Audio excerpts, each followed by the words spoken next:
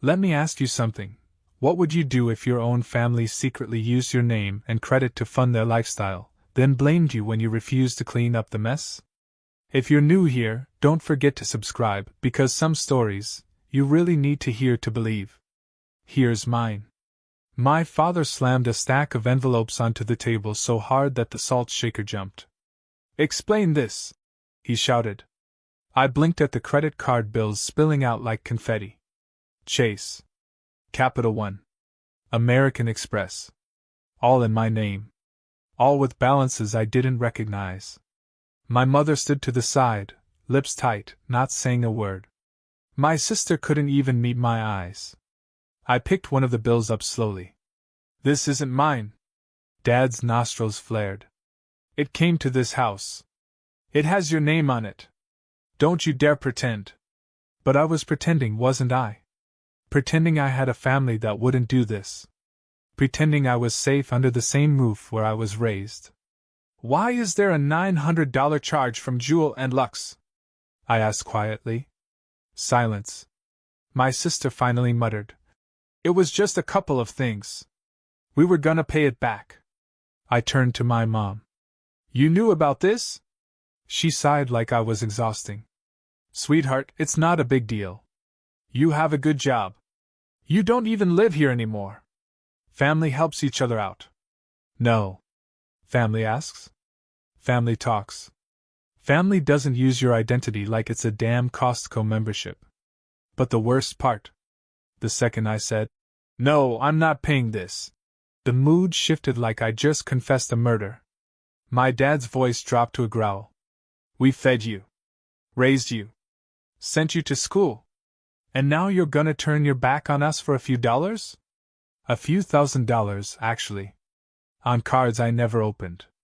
From stores I never visited. Delivered to a house I hadn't lived in for years. I looked around the room, suddenly feeling like a stranger in it. All their eyes on me, disappointed, judging, accusing. As if I had wronged them. That's when I realized they didn't just want my help. They expected my sacrifice. And that's exactly when I decided I wouldn't play the victim.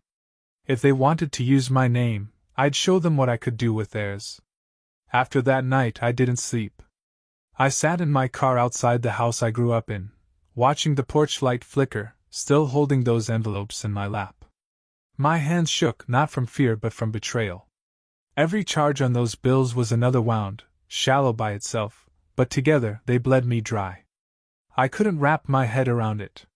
My own family, the people who had celebrated my graduation, who prayed for me when I was sick, had been using my identity like it was nothing.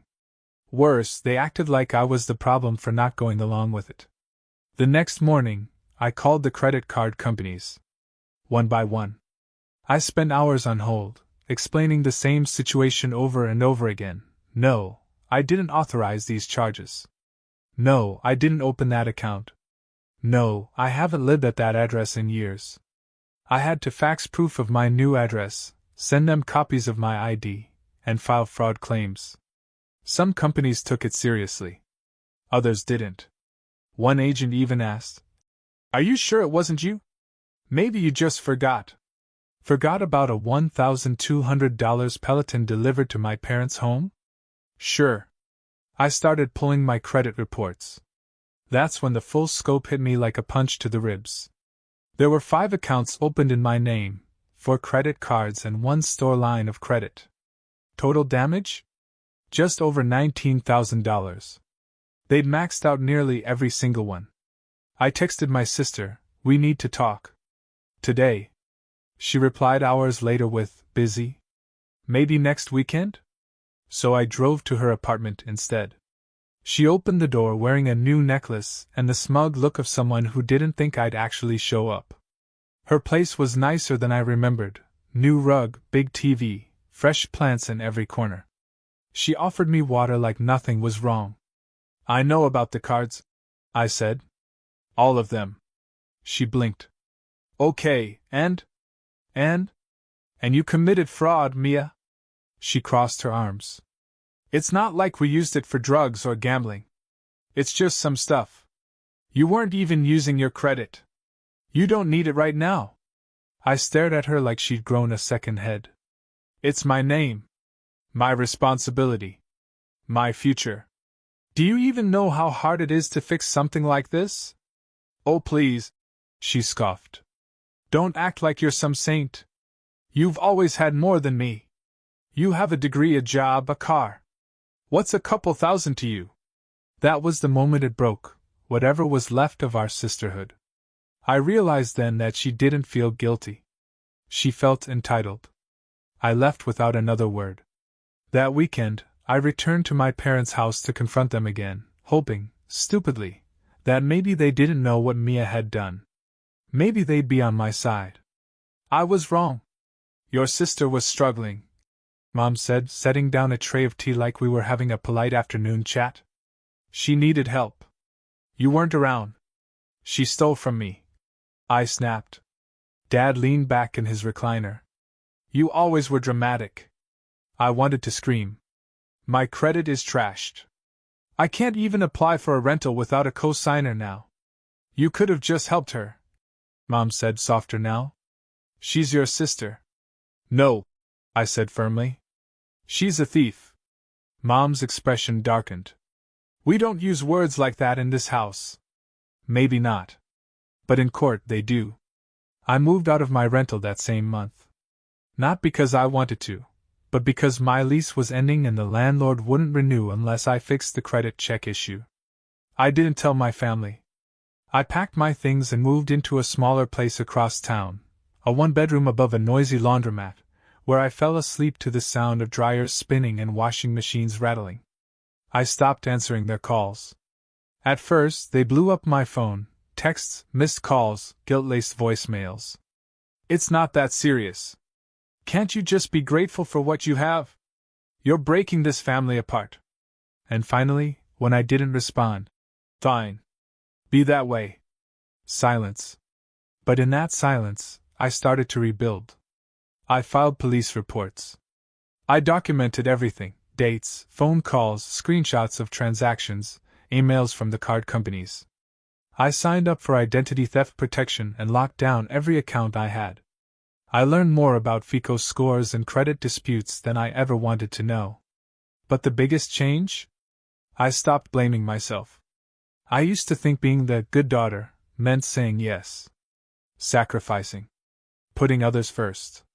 But good doesn't mean stupid. Good doesn't mean used.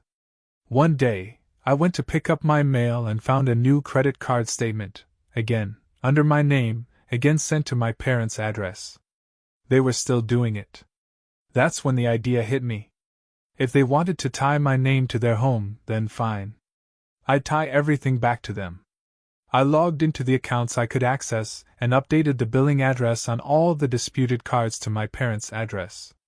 I called the fraud department of one of the credit card companies and made sure they noted it explicitly in the file. Charges made from IP addresses associated with 43 Alder Lane, my childhood home. If they wanted to share responsibility, I'd make sure they shared it. A week later, collection notices started arriving. This time, to their door. I didn't hear anything until my mom called crying one night. "Why are we getting all this mail?" she whispered, like someone might be listening. "Because that's where the fraud happened," I said coldly. "It's what you wanted, right? For it to stay in the family? You're going to ruin your father's credit." "No. You did." Click. I sat in the dark for a long time after that, phone still in my hand. I felt heavy. Not victorious. Not satisfied. Just tired. The next day, my dad showed up at my work. He waited outside the building like some scene out of a bad movie. I walked right past him, but he caught up to me. "What the hell are you doing?" he hissed. "You want to punish us? Fine. But don't make it public." "It's already public," I said. "Credit reports are public. Debt is public.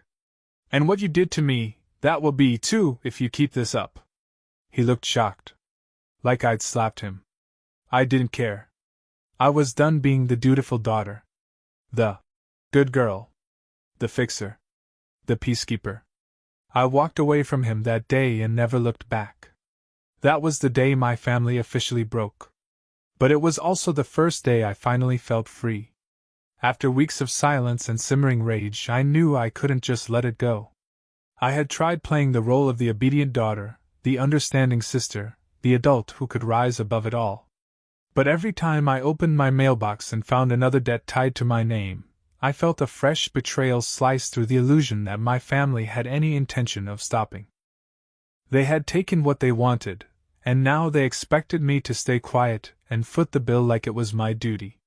But I had something they didn't: my records, my receipts, my persistence, and the fire of someone who had nothing left to lose. So I started plotting, not out of malice, but for justice. The first thing I did was hire an identity theft attorney. I didn't know if I could afford it, but I was done fighting this battle alone. Her name was Sylvia, and from the moment she read through the stack of documents I brought her, she said, "This isn't just theft. It's calculated fraud." She helped me organize everything: timestamps, IP addresses, account statements, shipment logs, all showing the purchases were made from devices inside my parents' home, using their Wi-Fi, shipped to their door. Sylvia filed affidavits on my behalf, sent legal letters to the credit bureaus, and began preparing a civil case if things got worse. And to be honest, I hoped they would. Then came the turning point. One evening, as I was sorting through more credit report updates, I realized I had access to the billing settings of two of the cards that had been opened fraudulently. They hadn't changed the login information. Sloppy. Arrogant. In a single breath, I clicked Edit Address and entered 43 Alder Lane, my parents' house. I knew it would raise flags on the creditor's end. New address, new suspicious activity, new liability. Then I went further. I submitted complaints with the FTC, tagged the address as associated with fraudulent financial activity. I reported the accounts to the Consumer Financial Protection Bureau. I requested delivery investigations for the high-dollar items like the Peloton and a $1,500 television. I attached every receipt and matched it to their delivery photo logs, showing the packages being left on their front porch. My sister had been bold enough to post pictures of her new gadgets on social media. Her own vanity became part of my evidence. But I wasn't finished. I filed a formal mail fraud complaint with the U.S. Postal Inspection Service. That was the detail that terrified them. 2 weeks later, official-looking envelopes started arriving at their house. And not just from the card companies. Government mail. Collection notices. Legal documents. All with my name, because that's where the fraud had originated. That's the address where the crimes were committed. The calls started again. At first, it was my mom, whispering voicemails like a hostage. "Honey, there's been some confusion. Can we talk?" Then my dad left a harsher one. "If you're trying to ruin us, congratulations. Are you happy now?" But I wasn't trying to ruin anyone.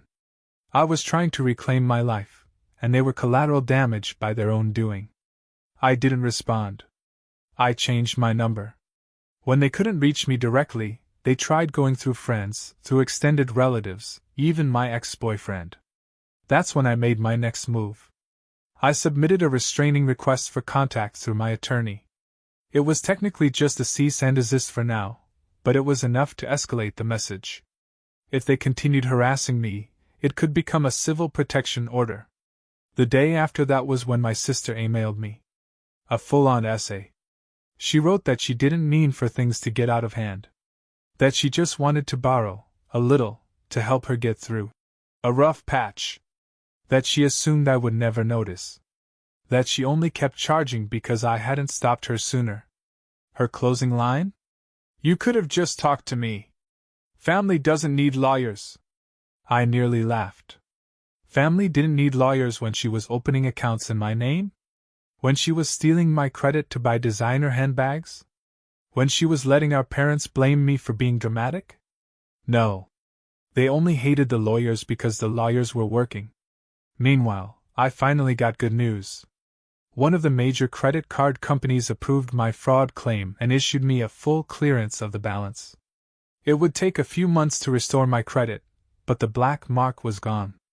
The other two companies weren't as cooperative. so Sylvia sent letters threatening legal action. Suddenly, they became very cooperative. Each week brought a new little victory. One by one, the accounts closed, the debts disappeared, the reports updated.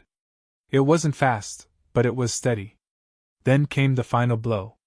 Sylvia helped me prepare a small claims suit against my sister for damages, including the time, emotional stress, and credit restoration costs. It wasn't about money. It was about making a statement. When my sister was served the court papers, she called me in tears. "You're taking me to court? Over what? Stuff we already returned?"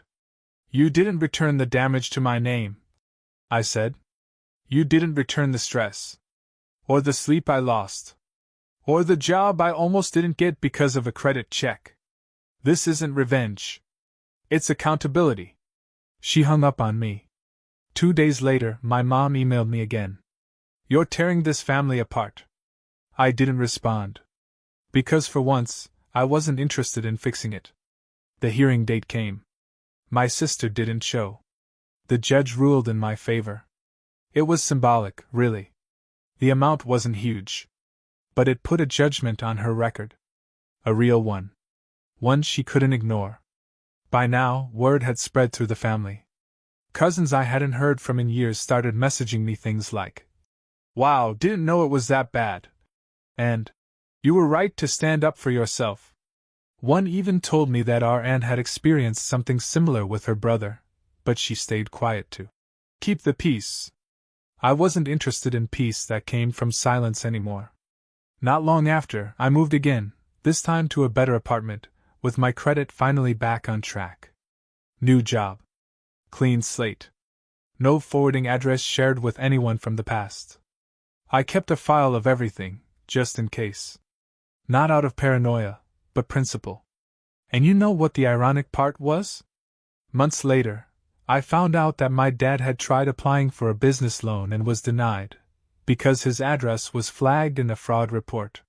He called my old number and left a voicemail I eventually heard through my backup email. "This is your fault." No. This was his result. Actions have consequences. He just never thought his house would be the one to inherit them. There's a strange silence that follows a long, hard storm, not peace exactly, but a stillness that feels earned. That's how it felt, standing in my new apartment one early Sunday morning, watching the light pour through clean windows, listening to nothing but my own breathing and the low hum of the city outside. No chaos. No phone calls. No letters. Just quiet. For the first time in months, maybe years, I wasn't putting out fires. I wasn't explaining myself.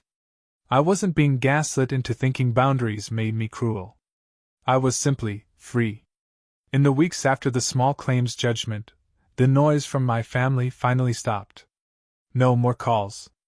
No emails. Not even guilt-tripping birthday messages. It was like I'd been surgically removed from their lives, and oddly, they from mine. That used to scare me. I used to think family was an anchor, and cutting the rope would leave me drifting. But I learned something else: an anchor doesn't always keep you safe. Sometimes it just keeps you stuck. My sister never paid the judgment. That was fine. It wasn't about the money. The public record spoke for itself. My parents never apologized. That wasn't fine, but it was expected.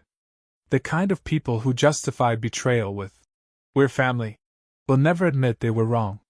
Their silence was their confession. The hardest part? Accepting that I wouldn't get closure in the form I wanted. No dramatic apology.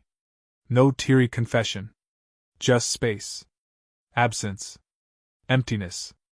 I had to learn to let that be enough.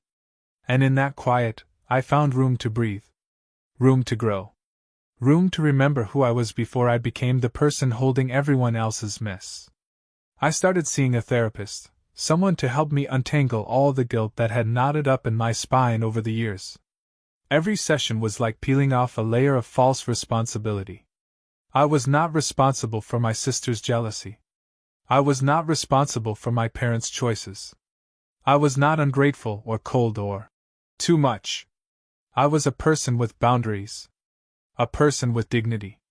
A person who deserved protection, even if that protection had to come from herself. I also started rebuilding my credit, slowly, carefully. One secured card. One utility bill. Every payment on time. Every account locked down with multi-factor authentication. I learned the hard way, but I learned. And the best part? I got the job. The one I almost lost because of the hit to my credit. The recruiter had flagged my score, but I sent in a formal explanation, along with police reports and legal documents showing identity theft. They were impressed, not just by the paper trail, but by how I'd handled it. The hiring manager said, "Most people would have just given up. You didn't."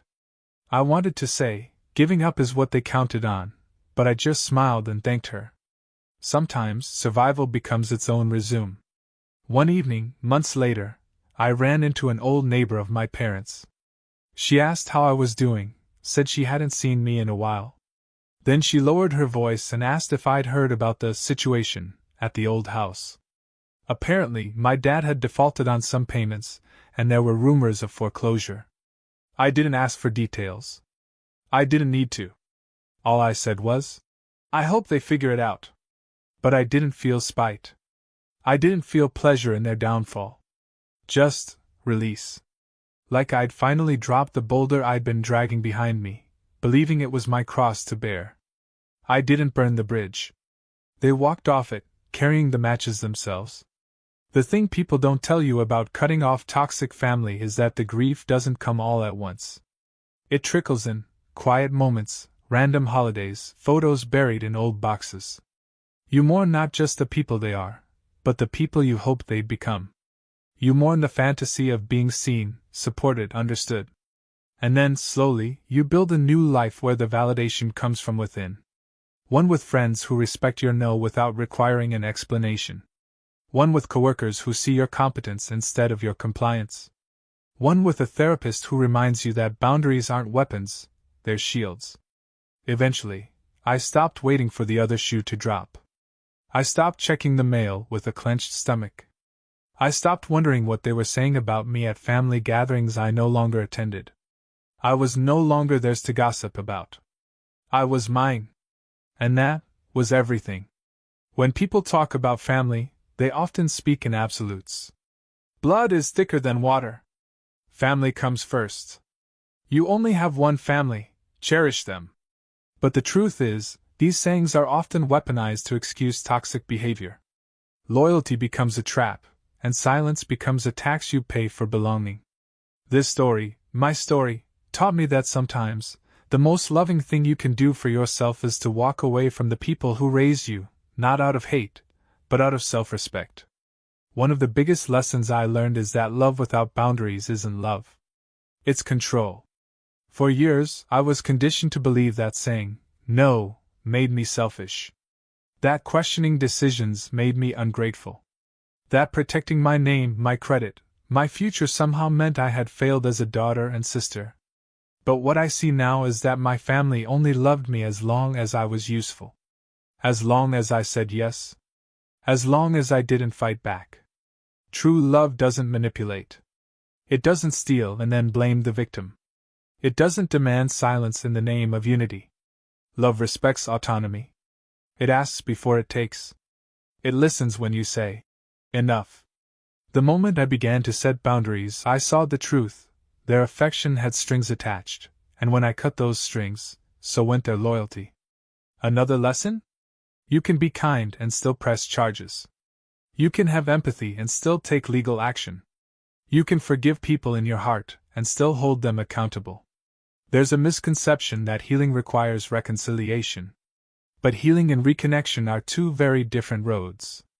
Sometimes, healing looks like court documents and protection orders. And that's okay.